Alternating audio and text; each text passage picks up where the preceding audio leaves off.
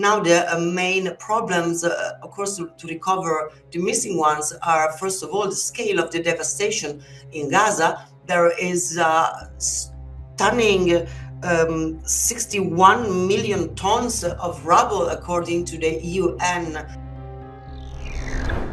Well, the missing people in Gaza, and the number could be as high as 11,000 or maybe more, according to the latest estimates, is of course really concerning. It's basically it's another war crime by the Israeli authorities, and it's very concerning because not only for the dignity of the dead, but for the mental health and the well-being of the survivors.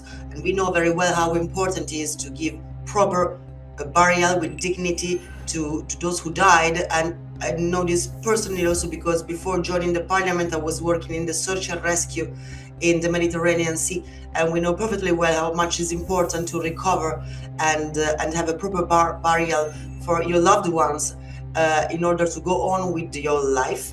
But it's also crucial from a legal point of view, because of course, as we don't have like death certificates, there are a number of legal issues, including, for example, reunification of family members. What about the orphans? What about the possibility of for a widow to sell the house, for example? So it's really crucial to be able to recover the missing ones and to proceed to a proper burial. Well, of course, the first responsibility lies on Israel, which has the legal obligations deriving from international humanitarian law to provide the means to recover the missing ones and identify the missing ones. So first of all, it's an obligation on Israel, and which they clearly violated. And the last report from CNN is, I think, yesterday. They brought up new evidence of Israeli armed forces intentionally using bulldozers to hide the bodies of persons, of killed persons, which is, of course, it's illegal.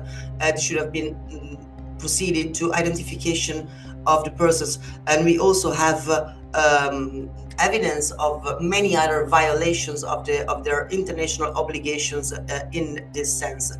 The responsibility on the international community, including the EU, I think, is to do whatever we can to pressure Israeli authorities to uphold their obligations. Now, the main problems, of course, to recover the missing ones are, first of all, the scale of the devastation in Gaza. There is stunning 61 million tons of rubble, according to the UN. And so, of course, the scale of the devastation, it's one of the main issue. The other main issue is the means to retrieve these bodies, since so far the responders have been searching in the rubble with showers, hose, bare hands, while are needed bulldozers, for example, are needed tools that Israeli authorities are not allowing into Gaza.